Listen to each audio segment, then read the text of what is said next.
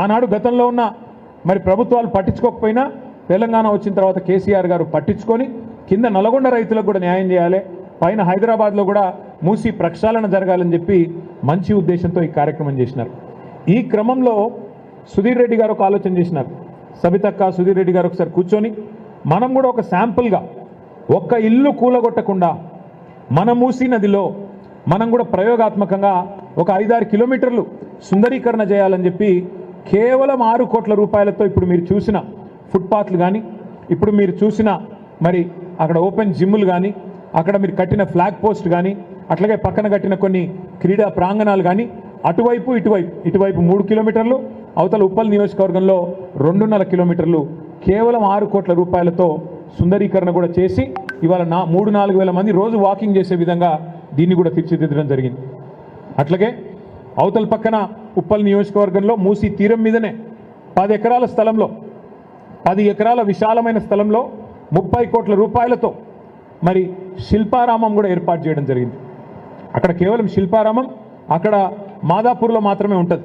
కానీ ఇక్కడ నుంచి అక్కడ దాకా పోయే అవసరం ఏముంది, మూసీ తీరంలోనే శిల్పారామం కూడా ఏర్పాటు చేయాలని చెప్పి 30 కోట్ల రూపాయలతో శిల్పారామం కూడా ఏర్పాటు చేసి బ్రహ్మాండమైన నిర్మాణాన్ని అవతల వైపు చేయడం జరిగింది. ఇవన్నీ ఒక్క ఇల్లు గుల్లగొట్టకుండా, ఒక్క ఇటుక ముట్టకుండా, ఒక్క పేదవాడి కడుపు కొట్టకుండా కేసీఆర్ గారి ప్రభుత్వం చేసి చూపెట్టింది. ఇవాళ రేవంత్ రెడ్డి గారు చేయాల్సిందల్లా ఏంటంటే 1100 కోట్ల రూపాయలతోన ఆ నీళ్లు తీసుకొచ్చి గండిపేట చెరువులో పోయాలి. ఈ బ్రిడ్జిలు ఏవైతే మనం శాంక్షన్ చేసినామో 545 కోట్లతోని వాటిని పూర్తి చేయాలి. మంచిగా బ్రహ్మాండంగా రిబ్బన్లు కట్ చేసుకోవచ్చు, సపోర్ట్లు కొట్టించుకోవచ్చు, నేనే చేసినా డబ్బా కొట్టుకోవచ్చు. అన్ని ఎట్లయితే డబ్బా కొడుతున్నాడో మనం ఇచ్చిన ఉద్యోగాలకు కాయిదాలు ఇచ్చుకుంటా, మనం కట్టిన ఫ్లైఓవర్లకు రిబ్బన్లు కట్ చేసుకుంటా, ఇది కూడా గదే చేసుకొని ప్రచారం చేసుకోవచ్చు. కానీ ఆయన ఉద్దేశం వేరే ఉన్నది, ఆయన ఉద్దేశం మొత్తం వేరే ఉన్నది. ఇంత అల్కగా అయిపోతే, ఇంత అల్కగా చేస్తే ఆయన రేవంత్ రెడ్డి ఎందుకు అవుతాడు? అందుకే ఆయన ఆలోచన వేరే ఉన్నది. వచ్చిన మర్నాడే చెప్పిండు రేవంత్ రెడ్డి గారు 1,50,000 కోట్ల రూపాయలతో చేస్తాం మూసిని అన్నాడు. మేము పరిశాన్ అయినాం. అరే మొత్తం మధ్యలోకెళ్ళి ఎక్స్ప్రెస్ వే కట్టినా 55 కిలోమీటర్ల పొడవున మంచిరేవుల నుంచి గట్కేసర్ దాకా మూసీలా ఎక్స్ప్రెస్ వే కడితే కూడా 10,000 కోట్లు అవుతుంది. అది కూడా మేము లెక్కేసినాం, అది కూడా మేమే ప్రాజెక్ట్ రిపోర్ట్ తయారు చేసి గవర్నమెంట్లో ఉన్నది.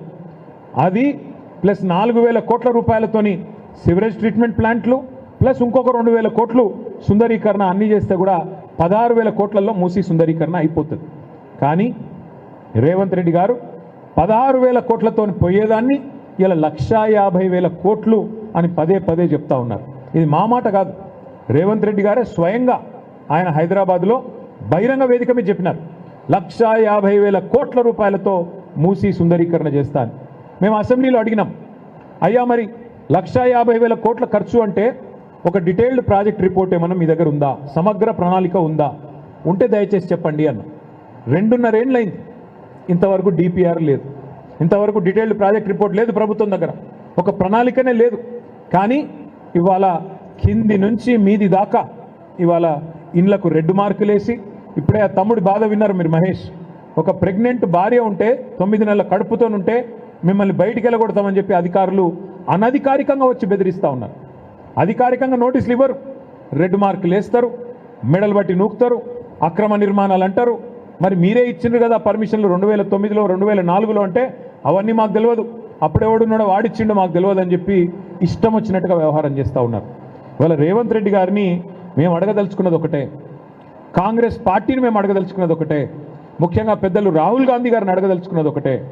అయ్యా రాహుల్ గాంధీ గారు, మీరేమో ఉత్తరప్రదేశ్లో బుల్డోజర్ రాజ్యం నడుస్తున్నది అని చెప్పి మీరు మాట్లాడుతూ ఉంటారు, తెల్లారు లేస్తే అక్కడ ఉన్న ప్రభుత్వాన్ని విమర్శిస్తూ ఉంటారు. మరి మీరు చేస్తున్నది ఏంది తెలంగాణలో చెప్పండి.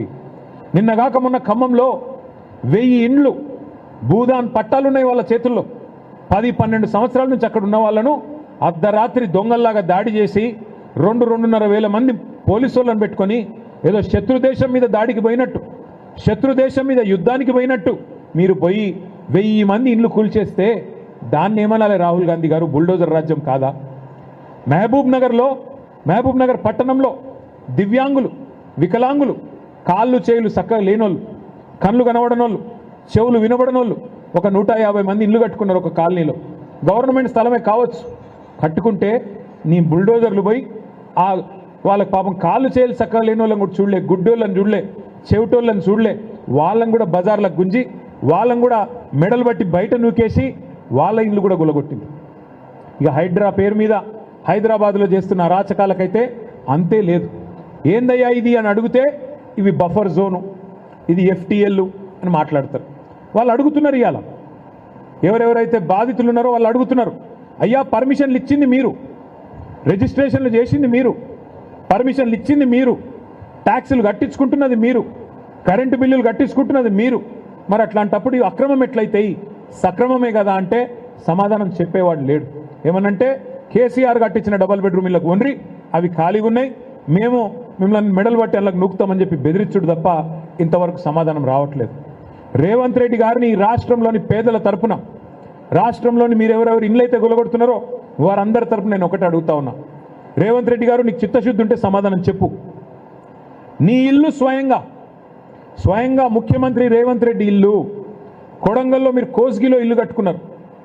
కోస్గిలో మీరు కట్టిన ఇల్లు రెడ్డికుంటలో ఉన్నది, తాలాబ్లో ఉన్నది, అది కూడా చెరువులో ఉంది. వాస్తవమా కాదా చెప్తావాను ముందుకొచ్చి? నేను రేవంత్ రెడ్డిని సూటిగా అడుగుతా ఉన్నా, నీ ఇల్లు స్వయంగా ఇలా రెడ్డికుంటలో కోస్గిలో ఉన్న మాట వాస్తవమా కాదా? రేవంత్ రెడ్డి గారు మీరు సమాధానం చెప్పండి. ముఖ్యమంత్రి గారి సోదరుడు అనుముల తిరుపతి రెడ్డి, ఆయన ఇల్లు దుర్గం చెరువు ఎఫ్టీఎల్లో ఉంటుంది. కానీ ముఖ్యమంత్రి గారి ఇల్లును మాత్రం ఎవడు ముట్టడు, హైడ్రా రాదు, ఇంకొకటి రాడు, ఎవడు రాడు, ఏ అధికారి రాడు, అంత ధైర్యం వాళ్ళకి లేదు. అట్లాగే మంత్రులు పొంగులేటి శ్రీనివాసరెడ్డి ఇల్లు బఫర్లో ఉంటుంది, మంత్రులు డాక్టర్ వివేక్ ఇల్లు బఫర్లో ఉంటుంది, కేవీపీ రామచంద్రరావు ఇల్లు బఫర్లో ఉంటుంది, మీ చీఫ్ విప్ పట్నం మహేందర్ రెడ్డి ఇల్లు హిమాయత్ సాగర్ చెరువు మధ్యలో ఉంటుంది. ఇవి ఏవి కనబడాయట, వీటిని మాత్రం ముట్టడానికి అధికారులకు ధైర్యం లేదు, హైడ్రా కళ్ళు కనబడతలేవు. కానీ గరీబోడైతే పేదవాడైతే పర్మిషన్లున్నా, ఫీజులు కట్టించుకుంటున్నా, రిజిస్ట్రేషన్లున్నా, ట్యాక్సులు కట్టించుకుంటున్నా, నీ ఇష్టం వచ్చినట్టు ఇవాళ కూలగొడతానంటే పేద ప్రజలు వదిలిపెట్టారు. రేవంత్ రెడ్డి గారు నిన్ను, నీ రాహుల్ గాంధీని తప్పకుండా సందర్భం వచ్చినప్పుడు కుర్చీ మడత పెట్టి, ఇలా కుర్చీలో కూర్చున్నా ఎగురుతున్నావు, అదే కుర్చీని మడత పెట్టి నిన్ను తరిమి తరిమి కొట్టే రోజులు కూడా దగ్గరలో ఉన్నాయని చెప్పి కూడా నేను హెచ్చరిస్తా ఉన్నా. ఇది మంచిది కాదు పద్ధతి, ఇది మంచిది కాదు. ఏనాడు కూడా ఏ ప్రభుత్వం కూడా పేదవాడి కంటిలో కన్నీరు చూసిన ఏ ప్రభుత్వం కూడా నిలవలేదు. ఇది మంచి పద్ధతి అయితే కాదు. ఇంకొక మాట కూడా నేను అడుగుతా ఉన్నా రేవంత్ రెడ్డి గారిని, అసలు నేను ఎందుకు గెలిపించిన ప్రజలు? ఎందుకు గెలిపించినారు? నేను ఏ బేసిస్లో గెలిపించారు? ఏ ప్రాతిపదికన గెలిపించినారు? మీరు చెప్పినారు పేద ప్రజలకి ఒక రంగుల కళ లాంటి సినిమా చూపెట్టినారు. 100 రోజులు 6 గ్యారంటీలు అని చెప్పి 420 హామీలు, మీరు హామీల వర్షం గుప్పించినారు కదా. 4000 పెన్షన్లు అంటిరి, మహిళలకు 2,500 అంటిరి, పెళ్లి చేసుకుంటే తులం బంగారం ఇస్తామంటిరి, చదువుకుంటే స్కూటీలు ఇస్తామంటిరి, పిల్లగాళ్ళకు విద్యా భరోసా కార్డులు అంటివి, రైతులకు 15,000 రైతు భరోసా అంటివి. ఇన్ని సినిమా డైలాగులు కొడితే కౌలు రైతులకు కూడా సహాయం అంటివి, రైతు కూలీలకు నెలకు 1000 అంటివి, ఆటో డ్రైవర్లకు నెలకు 1000 రూపాయలు అంటివి.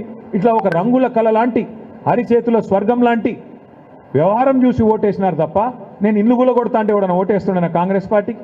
నాకు అధికారం ఇవ్వండి, నేను రాష్ట్రంలో ఇళ్ళని గులగొడతా అంటే ఎవడన్నా ఓటేస్తురా? ఇలా నువ్వు చెప్పింది ఏంది, చేస్తున్నది ఏంది? ఎలక్షన్ల ముందు చెప్పింది ఏంది? నన్ను అంత మంచిగా చేస్తా, కేసీఆర్ చేసిన దానికంటే కుడి చేయి చేస్తా అని చెప్పినావు, పేదలను నెత్తిన పెట్టుకొని చూసుకుంటా అన్నావు. మరి అలా చేస్తున్నది ఏంది? హైదరాబాద్లో 1,50,000 ఇండ్లకు ఇవాళ మూసి చుట్టూ భయంగా బతుకుతూ ఉన్నారు వాళ్ళు. ఎప్పుడు వస్తుందో ప్రభుత్వం, ఎప్పుడు బుల్డోజర్లు వస్తాయో, ఎప్పుడు కూలగొడతారో అన్నట్టుగా వాళ్ళు భయంతో బిక్కుమని ఇలా చూస్తూ ఉన్న పరిస్థితి. అందుకే అది చూపెట్టడానికే బుల్డోజర్ రాజ్ ఎట్లుంటుంది ఇవాళ రేవంత్ రెడ్డి రూపంలో, డెవలప్మెంట్ బీఆర్ఎస్ డెవలప్మెంట్ మోడల్ ఎట్లుంటుంది ఇదే మూసీలో చూపెట్టడానికే మా సోదరులు సుధీర్ రెడ్డి గారి ఆహ్వానం మేరకు మేమందరం కూడా ఇవాళ మీ అందరి దగ్గరికి ఇక్కడికి వచ్చినాం.